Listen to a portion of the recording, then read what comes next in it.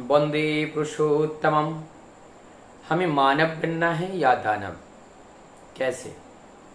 आज इस बात को परम दयाल श्री ठाकुर जी के फिलोसॉफी से समझने का प्रयास करेंगे। परम दयाल श्री ठाकुर जी कहते हैं, मानव से महामानव और मानव से देवत्व, मानव से ईश्वरत्व बनने का जो रास्ता है, वो रास्ता है साधना के द्वारा अपने प्रभु भजन, सतमार्ग का श्रवण, सत्कर्म का निष्पादन, सत्य का आहरण, सत्य का दर्शन, अध्यान, अध्यापना, पूजा अर्चना, प्रार्थना, नाम ध्यान, इस विभिन्न कार्य के माध्यम से जब हम अपने इस अज्ञान रूपी मानव देह, अज्ञान रूपी क्यों कहा? मलिनता से भरा हुआ है। मलिनता से भरा हुआ क्यों कहा? क्योंकि जन्म जन्मांतर से जिस संस्कार से आबद्ध हैं, मन भी उसी संस्कार का एक पार्ट है और वो इस देह के अंदर हैं। इसीलिए इसे संस्कारित होना अत्यंत जरूरी है।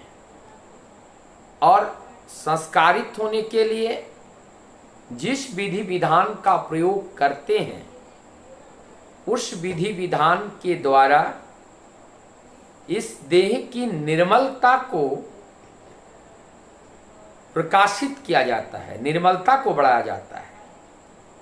जिस तरह से डिटर्जेंट कपड़े के मैल को दूर करती हैं, ठीक उसी प्रकार से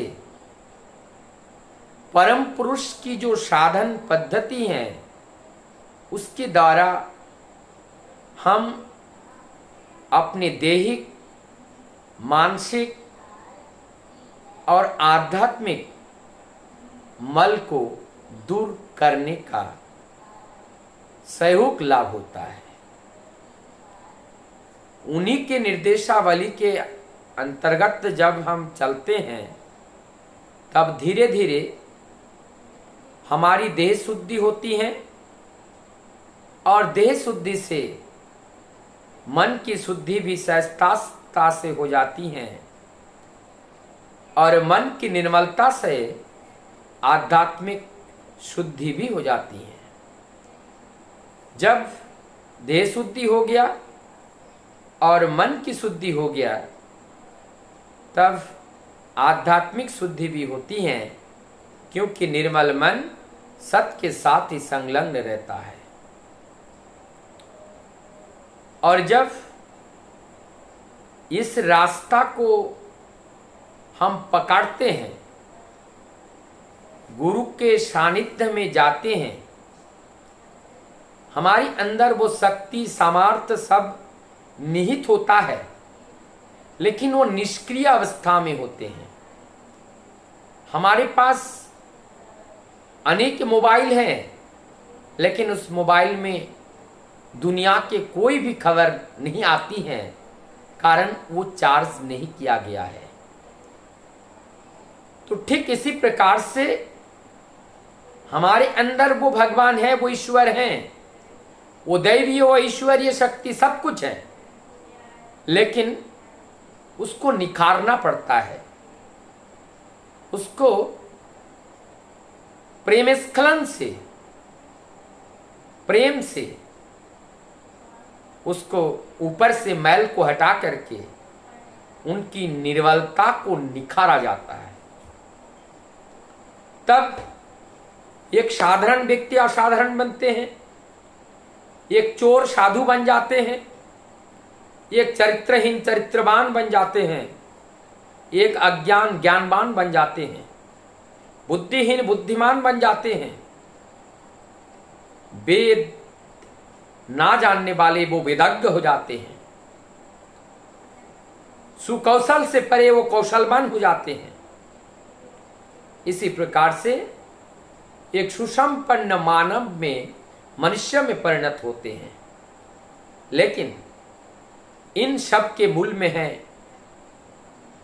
सद्गुरु का आश्रय ग्रहण करना और उन सद्गुरु के माध्यम से दिया हुआ सतनाम का मनन चिंतन मंथन के द्वारा हम अपने आप को निर्मल करते हैं, शुद्ध बुद्ध पवित्र करने का कार्य करते हैं, जो साधना या तपस्या कहलाता है। तो हमारी चिंतन में, हमारी विचार में इस तरीके से कार्य करने का बोध जब हमारे अंदर जग जाता है, तब हम परम पिता की उस राह पर चलकर हम एक साधारण से असाधारण में तब्दील हो जाते हैं, एक मानव से देवत्व की ओर चले जाते हैं।